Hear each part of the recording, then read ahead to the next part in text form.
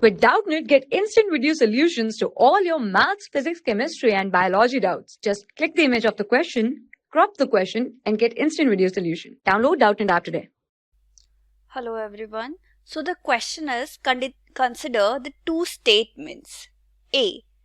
Linear momentum of the system remains constant. B. Center of mass of system remains at rest. Option 1. A implies B and B implies A. Option 2. A does not imply B and B does not imply A. Option 3. A implies B but B does not imply A. Option 4. B implies A but A does not imply B. Okay. So in this question, these two statements are given where we are talking about linear momentum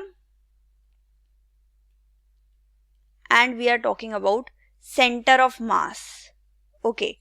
So in this question we are talking about linear momentum and center of mass. It is saying that if linear momentum is constant, linear momentum can be constant either when velocity is 0 or when velocity is constant.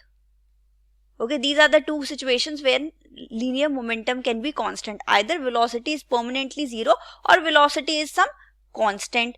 Then it is saying center of mass remains at rest. Center of mass remains at rest only when velocity is 0. So we know when center of mass remains at rest, linear momentum will be constant. But when linear momentum